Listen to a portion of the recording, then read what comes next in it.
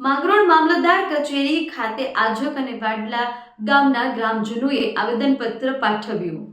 જૂનાગઢ જિલ્લાના માંગરોળ તાલુકાના આજક અને વાડલા ગામમાં એસઆઈઆર મતદાર યાદી 2026માં 207થી વધુ લોકો સામે અજાણ્યા શખ્સો દ્વારા ફોર્મ નંબર 7 ભરી વાંધા અરજી કરતા ગ્રામજનોમાં ભારે રોષ ફેલાયેલો છે, જેમાં આજક ગામમાં 116 અને વાડલા ગામના 91 અરજીઓ આવી છે। મામલે આજક અને વાડલા ગામના લોકોએ મામલતદાર કચેરી ખાતે મામલતદારને સંબોધિત આવેદનપત્ર પાઠવી ખોટી વાંધા અરજી કરનારાઓ સામે કડક કાર્યવાહી તેમજ એફઆઈઆર દાખલ કરવાની લેખિત મૌખિક માંગણી કરી છે।